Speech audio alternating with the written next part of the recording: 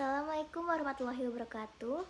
Perkenalkan, nama saya Siva Nur Fadilah Safitri dari kelas 12 IPA 5. Di sini saya akan menjelaskan tentang gas mulia atau golongan 8A dalam tabel periodik unsur.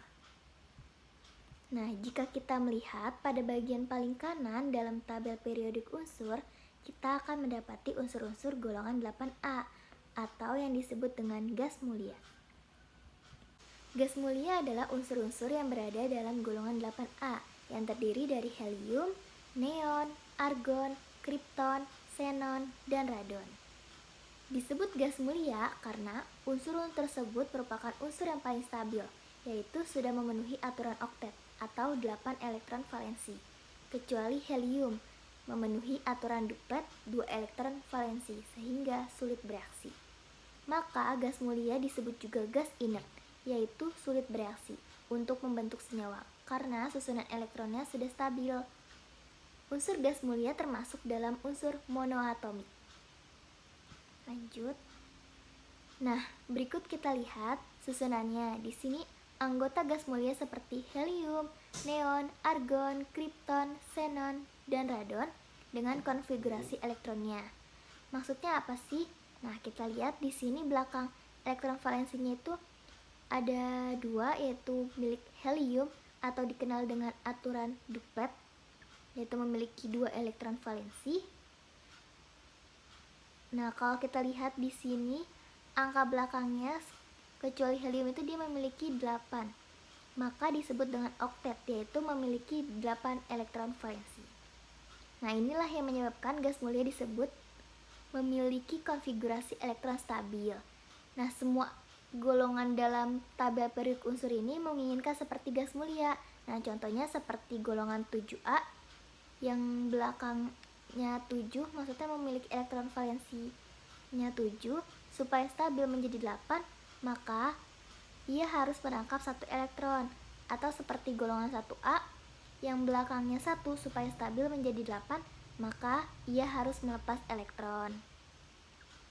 Tadi telah disebutkan bahwa sifat gas mulia adalah sulit bereaksi untuk membentuk senyawa dengan unsur lain. Setelah melakukan berbagai eksperimen, barulah pada tahun 1962 ahli kimia bernama Neil Bartlett asal Kanada bisa mensintesis senyawa yang dibuat dari Xe, yaitu senyawa XePtF6 yang memiliki nama xenon hexafluoroplatinat. Inilah senyawa pertama yang dapat dibuat dari unsur gas mulia. Nah, setelah pertemuan ini berturut-turut ditemukan senyawa yang bisa dibentuk oleh unsur Xe. Jadi ternyata Xe itu unsur yang paling reaktif dibandingkan unsur yang lain pada golongan gas mulia. Senyawa-senyawa yang dapat dibentuk oleh Xe antara lain XeF2 diberi nama xenon difluorida.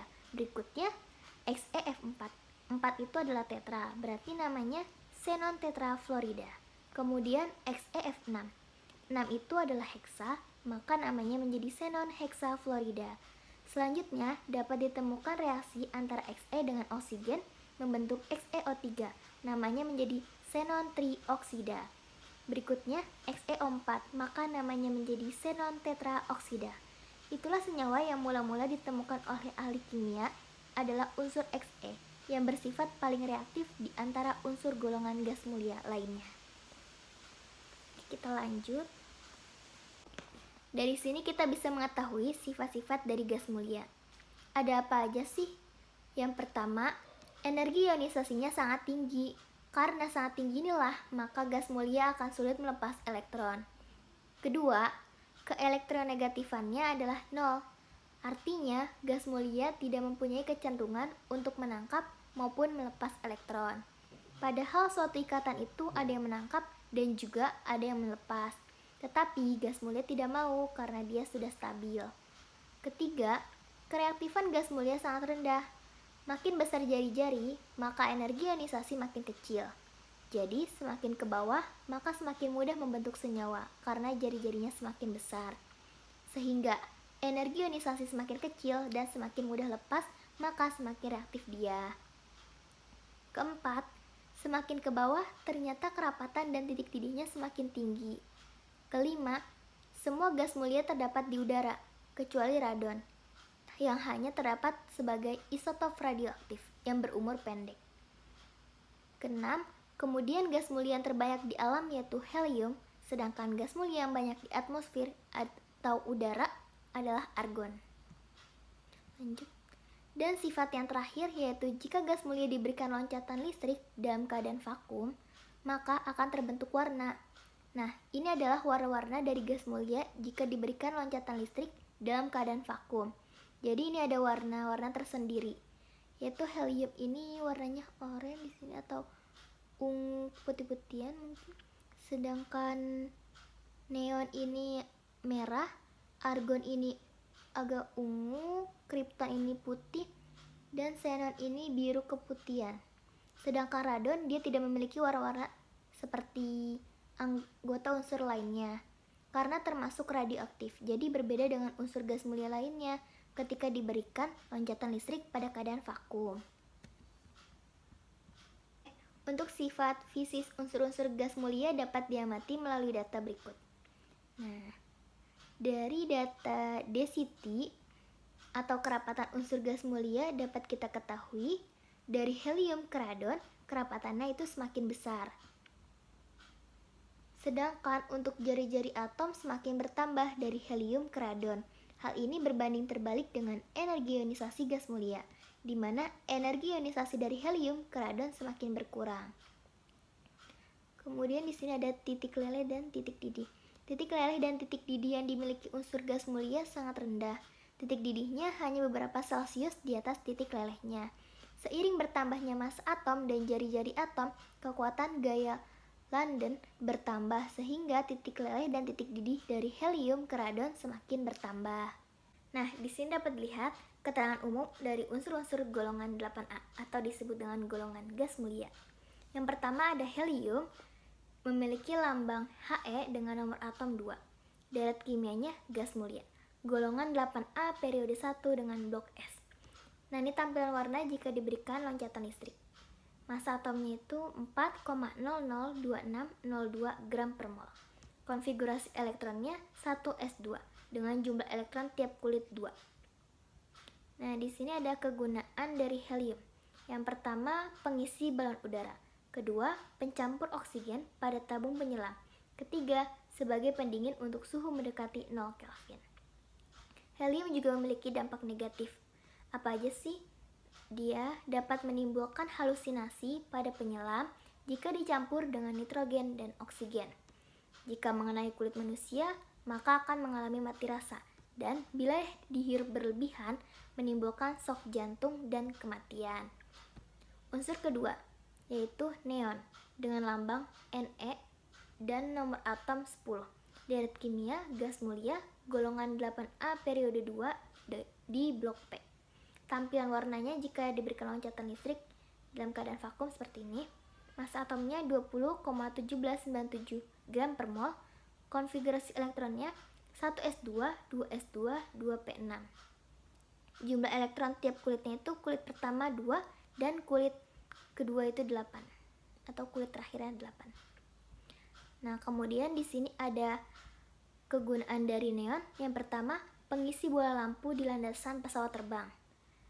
Kedua, neon cair digunakan sebagai zat pendingin. Ketiga, penangkal petir dan pengisi tabung-tabung TV. Neon juga memiliki dampak negatif. Yang pertama, neon yang terlepas dalam ruangan tertutup bisa memicu sesak nafas. Kedua, dapat mengurangi konsentrasi oksigen di udara di ruangan tertutup. Ketiga, kontak kulit dengan neon cair pada suhu rendah dapat menyebabkan radang dingin. Unsur ketiga ada argon dengan lambang Ar dan nomor atom 18. Deret kimianya gas mulia dengan golongan 8A periode 3 di blok P. Nah, ini tampilan warna argon jika diberikan loncatan listrik. Massa atomnya 39,9481 gram per mol.